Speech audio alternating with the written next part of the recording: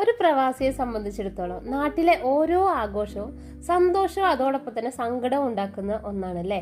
അങ്ങനെ ഒരു സന്തോഷത്തിന്റെയും സങ്കടത്തിന്റെയും കഥ നിറഞ്ഞൊരു കേക്കാണ് ഇട്ടത്.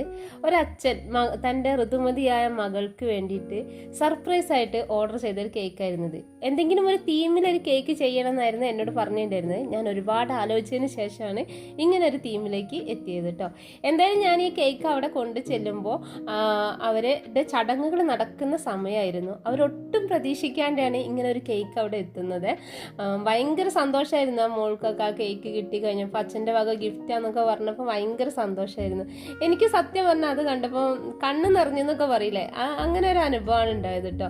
കാരണം വെച്ചാൽ ഒരുപാട് ആഗ്രഹിക്കുന്നുണ്ടാവും പ്രവാസികളായ ഓരോ അച്ഛന്മാരും മക്കളുടെ അത്രയും ചടങ്ങുകളൊക്കെ പങ്കെടുക്കാൻ വേണ്ടി ഒരുപാട് ആഗ്രഹിക്കുന്നുണ്ടാവും അല്ലേ.